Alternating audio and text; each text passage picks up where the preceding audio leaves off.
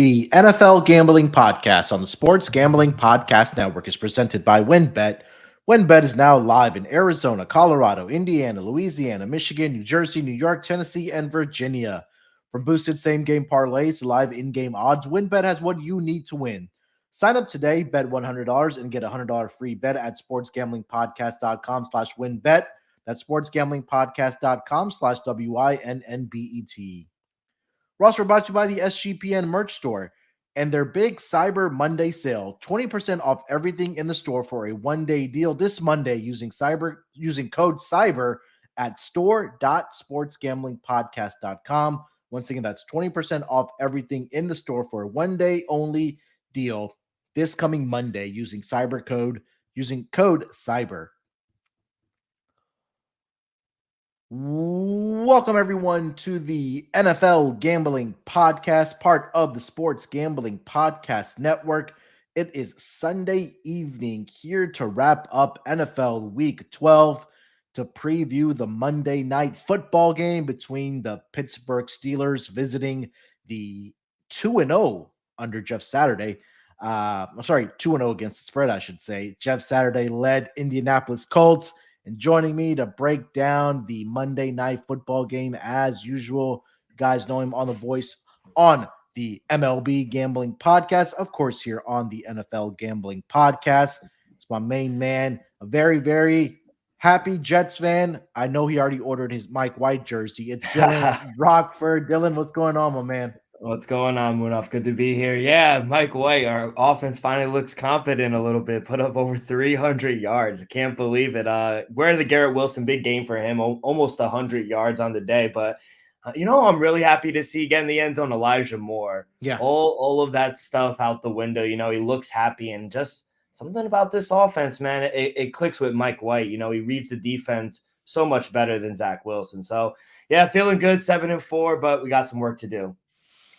Yeah, look, the offense looked really, really good today. We talked about this last week, you and I, that it was just a quarterback away. I mean, I don't know if Mike White's the long-term answer, but at least this week against the Chicago Bears, he looked really good. And like you mentioned there, he put up, 300-plus yards of passing for the Jets. They ended up scoring 31 points against the Chicago Bears today, and they just took care of business 31-10. Improved to 7-4. And, I think you mentioned this last week when we were talking about is how they were going to respond. Fortunately, I guess we say for the Jets fans and unfortunate for Bears fans that Justin Fields wasn't able to go in this game because of the shoulder injury that he's dealing with. But look, Jets took care of business where they needed to. And now they're on to next week as they improved to 7-4 this season. But outside of the Jets here, Dylan, anything else that's kind of stuck out to you around the league as far as the final results on the morning games? Yeah, I know you and I were talking about Ravens and just how anemic they are to getting in the end zone. Tough loss for them on the road, losing to Jacksonville. But who I'm actually really happy for? Sam Darnold and the Panthers at home taking care of the Broncos. And seems like tensions are high between the defense and Russell Wilson. If he says let it ride one more time, it's going to get out of hand. But no, the defense, they're doing everything they can. And it's just the offense. I think I was watching Red Zone on my bottom screen, and I think they were only in the red zone, once, maybe twice, the Denver offense. It's sad when you pay a guy this much to elevate your offense, and they're just, 3-8 now? So tough year for the Broncos. Yeah, definitely. I mean, look, Russell Wilson, 19 of 35, 142 yards. It's just not very good for them right now. They've dealt with a lot of injuries, especially at the wide receiver position as well. And I mean, look, they're missing Jerry Jeudy. They're missing KJ Hamler. These guys are all healthy at the beginning of the season. It could have been different. And maybe it's a coaching thing as well, right? Nobody sold on Nathaniel Hackett being the guy for this team. And who knows if he's even back next season just because of some of the decisions that he has made this season as a first-year head coach for the Denver Broncos. But yeah, you paid a lot of money for Russell Wilson. I think the potential is still there for Russell Wilson. I just kind of feel like they need to figure some things out, definitely on the offensive side of the football. And again, in their backfield as well, right? They lost their running back, Javonte Williams. They cut Melvin Gordon. So there's not much help back there in the running game as well. But I guess this season is a wash for the Denver Broncos. I mean, we already knew their season was probably over after week 5, after what we saw from this team. And I guess you kind of just look forward to next year and see if they can work things out on the offseason for the Denver Broncos. Yeah, with a loss today, they officially can't go over their win total. So under 10 cashes for the Denver Broncos if you add that. Yeah, I picked up I think it was 10.5 after week 2. Oh, It was, nice. yeah, it was a little bit of juice, but again, we only pay the juice when we lose. But yeah, that was a fairly easy cash for me there for the Denver Broncos. Anything else around the league, Dylan? No, good win for the Commanders. You know, they keep Yeah. improving with Heineke. Dolphins, sorry, your Texans. They didn't get the win, but Dolphins still look good. Surprised they took the foot off the gas a little in the second half, but and then a big game. I was rooting for the Titans, but Joe Burrow and the Bengals, they take care of business on the road, 20-16. But yeah, decent games. I just wish they put more games in the 4 o'clock window. There are always so many in the one. I don't understand that. Yeah, I think it's just probably like one of those East Coast things because there's a lot of teams that play on the East Coast. But I know last week they had Bengals and Steelers at the 3 o'clock Yeah. window. So maybe if we were to put like one more into that window at the 4 o'clock window, I think that would be enticing for football fans for sure. But yeah, pretty good week here. Had a pretty good week with the props and as far as sides and totals as well. So hopefully we can carry that into the Monday night football game here, Dylan. It's gonna be the Pittsburgh Steelers heading to uh Indianapolis to take on a new looking, I guess we can say, Indianapolis Colts team where we saw them get the victory against the God, who they beat that Las Vegas Raiders in first game with Jeff Saturday as the head coach. Last week, nearly pulled it off against the Philadelphia Eagles, but Jalen Hurts made magic with his feet and got into the end zone, and that sealed the victory for the Eagles. But hey, this team they look like a different team under Jeff Saturday than they were for Frank Reich. So these two teams will match up here. Let's get over to the lines, and then we'll get into the injury report, and then we'll throw out some stats and trends for this game. So this line opened up at, let's see here, -3 in favor of the Indianapolis Colts. That number is currently sitting at -2.5 for the Indianapolis Colts as the home team here. Total opened up at 39.5. That number has pretty much stayed the course at 39.5. Starting to see some 39s pop up as well.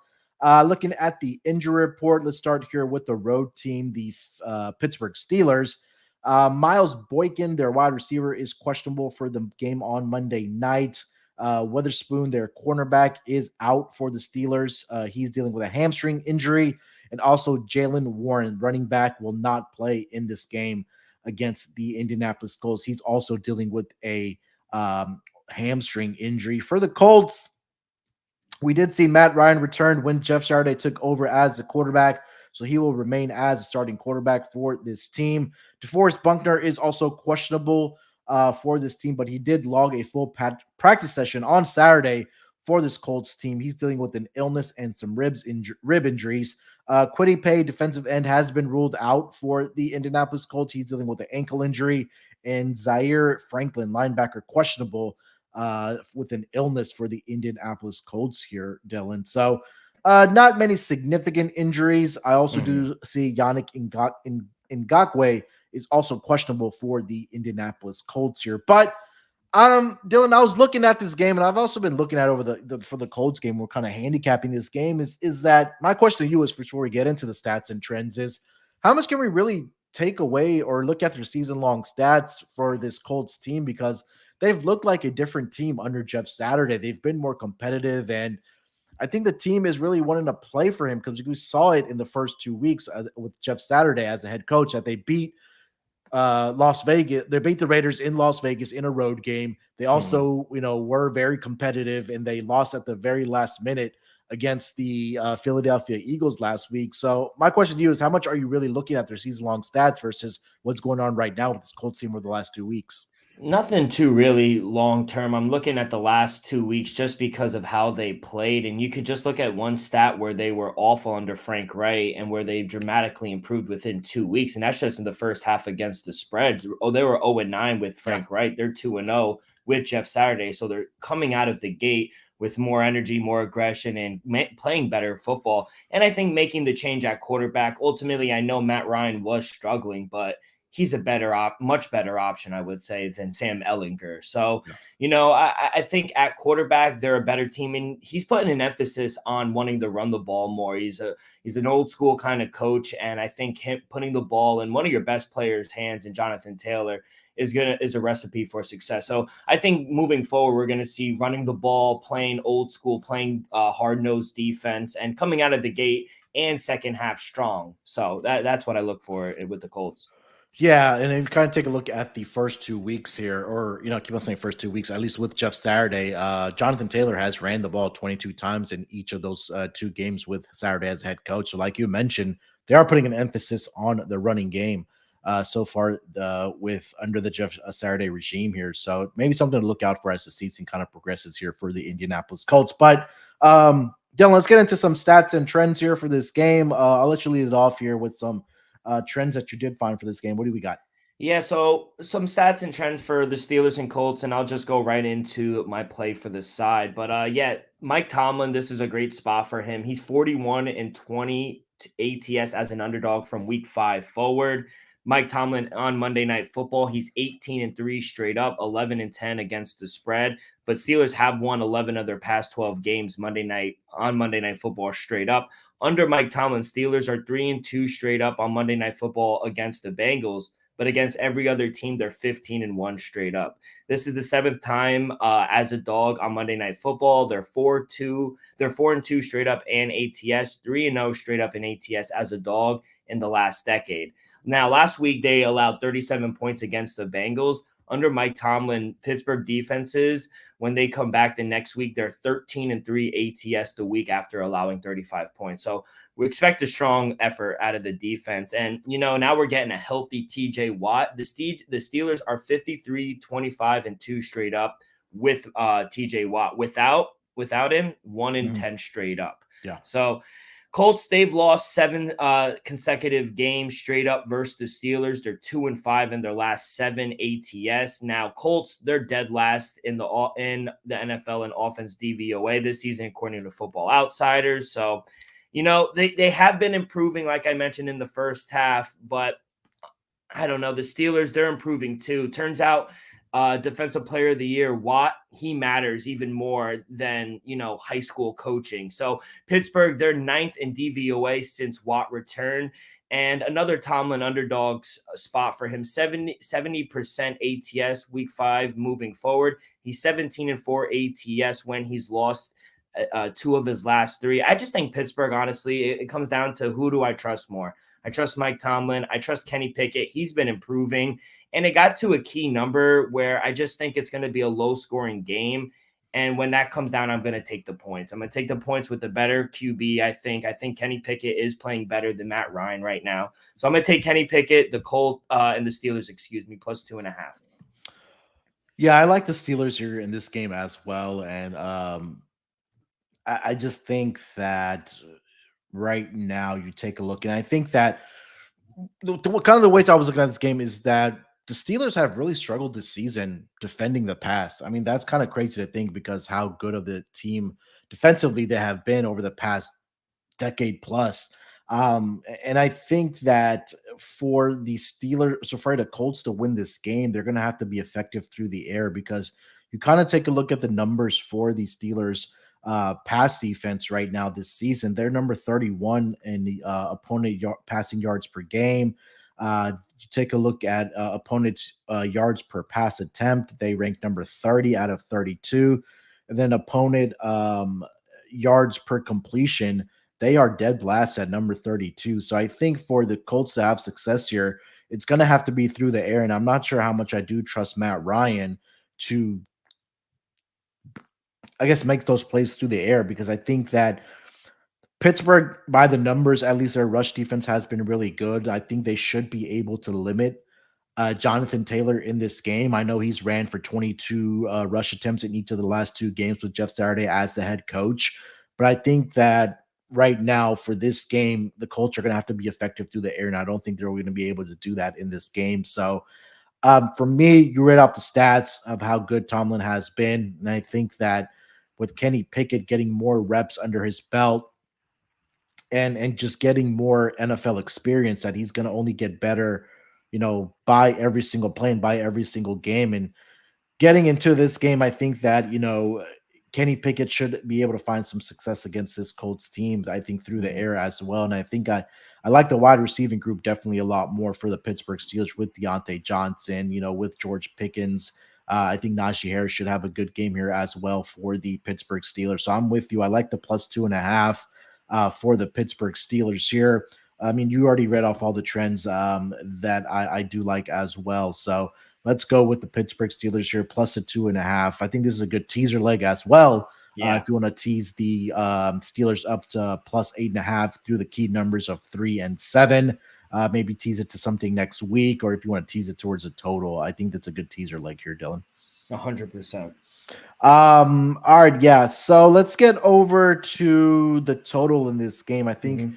we're both probably leaning towards the under here. I know early Yeah. on primetime unders were uh cashing out a very, very high rate. But what do you I'm guessing you're leaning towards it under in this game, Dylan? Yeah, 100%. So there's three teams moving forward that they're just going to be automatic unders.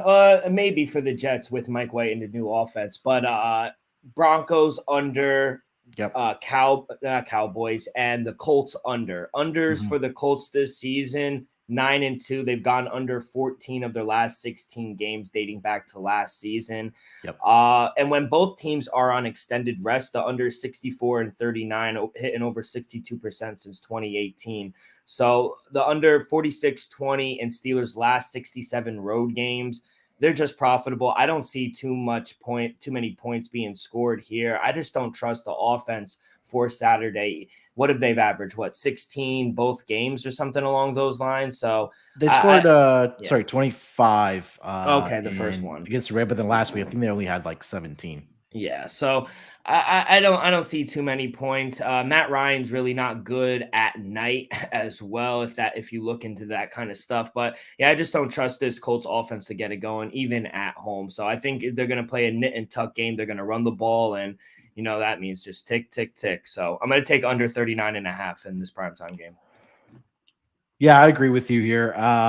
Colts so far this season at home for the 5 games have gone under the total. And like you mentioned, 14 of the last 16 regular season games have gone under the total as well for the Pittsburgh Steelers. Sorry, for the Indianapolis Colts. And for the Steelers so far this season, you take a look at all of their games. They're 6-4 to the under at 60%. And on the road, I think they are 3-2 towards the under as well. So yeah, we have some metrics that are do point towards the under in this game. I know it's a low total, but I think it is a low total for a reason. And we talked a lot about the primetime games going under so far this season as well at a very, very high rate. So I'm with you there on that total. Before we get into some player props here, Dylan, let me tell you guys about our presenting sponsor here, WinBet. If you're ready to win money and boost your odds, WinBet is now live in Arizona, Colorado, Indiana, Louisiana, Michigan, New Jersey, New York, Tennessee, and Virginia. We're bringing the excitement of Win Las Vegas to online sports betting and casino play. Exclusive rewards are right at your fingertips with Win Rewards on WinBet. Looking to get involved in a same game parlay? WinBet is your home with their WinBet Build Your Own Bet, letting you customize the bet you want to make. Great promos, odds, and payouts are happening right now at WinBet.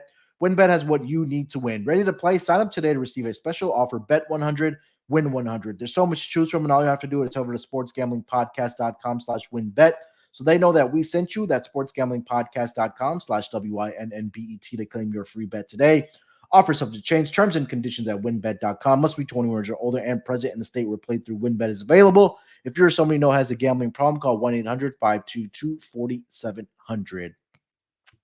Roster brought to you by the SGPN merch store. It's a Cyber Monday sale, 20% off of everything in the merch store using promo code CYBER. Just go to store.sportsgamblingpodcast.com for one day only. And make sure to check out those Christmas sweaters and those great stocking stuffer items that we do have over there on the merch store. So all you got to do is go to store.sportsgamblingpodcast.com. And again, a one-day sale, 20% off of everything at the merch store using promo code CYBER. All right, Dylan, let's get into some player props that we do like for this game. I'll let you lead it off, my man. What do you got? Yeah, so going with a defensive prop here, give me over 6.5 sacks at plus 115. Now, the Steelers and Colts, they've given up the most sacks in the last 3 games. Combined, they're averaging 9.4 sacks taken per game, which is a crazy number. And I think the reason we're seeing the sack total at 6.5 is because, just the line has been breaking down for the Colts and for Kenny Pickett. They've been getting hit a lot, and it's even though it's set at a high number, I'm not scared off of it. Matt Ryan and Kenny Pickett, they're both two of the most sacked quarterbacks in the league. Ryan, he was sacked 4 times last week versus the Eagles, but this week against the Steelers, like I mentioned, healthy TJ Watt. I expect Ryan to drop back, pass a little more, and hopefully that pass rush gets home. Now, on the other hand, Kenny Pickett, he's been hit a lot recently. Like I mentioned, he's taken at least 6 sacks in 2 of his last 3 games, and he's absorbed 16 sacks over the last 4 games. Now, even though it's been a down year for this Colts defense, they've still been efficient with 28 total sacks compared to 25 quarterback knockdowns. Both teams, they're top 10 in rush defense. So I think we'll see both quarterbacks drop back a little more to pass, maybe on 3 and outs. And if these pass rush can get there, I think we could see 7 sacks or eclipse that. I know it's a high number, but both of these quarterbacks have taken 5 or more sacks alone on multiple occasions this season. So I think we get there at this nice plus 115 price. I'll go over 6.5 sacks on the game. Yeah, I mean, you're not going to get an argument from me here. We've talked a lot about in the past with the Colts that they have they had one of the better offensive lines, and that number and that have kind of just crippled for them. I know they've lost guys to whether Mhm. it's been retirement or free agency or whatever the case might have been, but especially with Matt Ryan, I mean, he's just been prone to getting sacked a lot of times. I mean, you read off the numbers there. And usually in games where we see a lot of combined sacks at 4.5, this number is at 6.5 for a reason, right? Because both of these pass rushes can get to the quarterback. And I think this is going to be one of those games where we're again with the total being so low, the books are expecting to be more of a grinded out type of game. Maybe a lot more dropbacks and the pass rush getting to the quarterback. So I can, especially at the plus price, I can get behind it here, Dylan. So no argument for me about this play. Um, for me, there was a player prop that I was looking for. It's not out yet. And that was going to be receptions for Michael Pittman in this game. I do see his yardage total currently sitting at 60. Let me see here. Well, there's like 61 and a half. 66 and a half for Michael Pittman. And I think that, we talked about how the Steelers pass defense has struggled so far this season. And I think that's going to continue here in this game. And I think that, for the Colts to take advantage of this, they're going to have to get the ball to their number one guy, which has been Michael Pittman for them so far this season over the last 2 weeks. I guess with again Jeff Saturday as the head coach, we've seen more targets for Michael Pittman Jr. in the offensive system. He's had nine. He had 9 targets against the Raiders, where he had 7 receptions, and then last week 7 targets, he had 6 receptions. So I really wanted to see if that number does come out at 4.5 for his receptions. I do like that over. Even at 5.5, I like the over there. He's gone over 5.5 in 4 of the last 5 games for the Indianapolis Colts. The yardage has not been there for him, but last week he did have 75 against the Eagles. And I think this number is larger for a reason because the books know that this Steelers, at least the books that are putting up these props, know that this pass defense is not very good. I mentioned it that they're pretty much bottom 3 in most of those categories, whether it's offense or whether it's allowed passing yards allowed per game, yards per completion, yards per pass attempt. So hopefully Ryan can get it going here again with Michael Pittman Jr. So once that receptions number does come out for Michael Pittman Jr. in this game, I'll be on that, but I also do like his yardage here in this game here as well here, Dylan. Yeah, I like it if it is at under 4.5. Even if it does get to 5, I still like it as well, just because he is their number one receiver. And you got to think Matt Ryan's going to try to get it in his hands. Or I do like Alex Pierce as well. What are your thoughts on him? Yeah, and this was a guy that they had brought or drafted thinking that he could be the number 2 guy for this team. And I know it took a little bit for him to get it going here or over early on the season, he was really good with Matt Ryan, so they kind of found that second guy for him. You take a look at week 2 against the Chiefs. He had 61 yards, 80 yards, 81, 49, 37, 65. Yeah. Last week, he did have 8 targets, but wasn't able to make those catches. I'm curious to see what his longest reception is for this game here, Dylan, because he's had some receptions that have gone a long or had completions that have been at least 17 or more yards. I don't see it listed yet. Hopefully that comes out tomorrow. But yeah, I do like that play, what you just mentioned there for Alec Pierce. It's kind of been surprising because they kind of drafted Paris Campbell to be their number 2, but he's kind of dwindled in the background now with Alex Pierce really developing. Yeah. What have you saw him with Paris Campbell? I know he's had I want to say over the past couple of weeks, he's been really good. 5 receptions last week against the Eagles, 67 yards. And then against the Raiders, 7 receptions off of 9 targets, 76 yards. So it seems like they're maybe making it an emphasis to kind of get him more involved in the passing game. And I think they need to, because we talk about Michael Pittman being that number 1 guy. The Colts don't have that clear number 2 guy in their offensive system. So maybe that is going to be Paris Campbell, because I know like you mentioned, they brought him on to kind of be that number 2 guy. So at least he's been more involved in the offense here for the Indianapolis Colts. So hopefully that continues for him in this game as well. So I'm not hating. I don't see his props out either. There's not a lot of props listed for the Colts wide receivers outside of Michael Pittman, and that's only been his yardage that's out yet. So yeah, I mean, I like those 2 guys going forward for this Colts team. They're going to have to step up with Michael Pittman. Yeah, 100%. And especially when, if Jeff Saturday really wants to run the ball 22, 25 times with Jonathan Taylor, I can't imagine that being lasting too long. They're going to have to throw the ball. That's too much wear and tear on a guy who has shown you that he already got injured this year. So I like it. Yeah, I agree.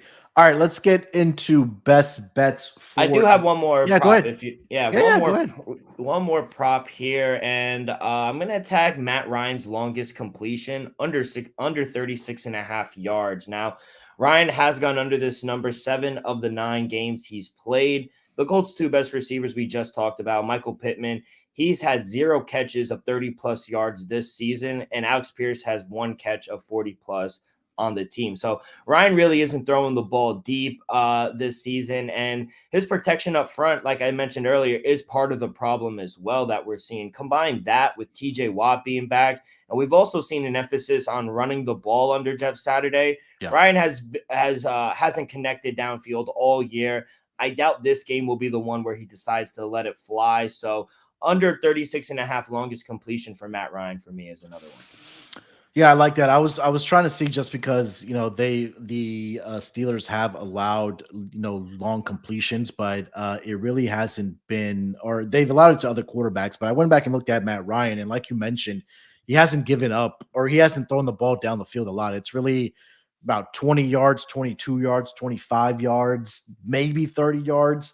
But I like that play as well, Matt Ryan to go under his longest completion of 36.5. I think that number is a little big for Matt Ryan in this game, at least. Anything else, Dylan, before we get into best bets? No, those were my 2 plays. So that was it. All right, let's get into best bets for this Monday Night Football game between the Steelers and the Colts.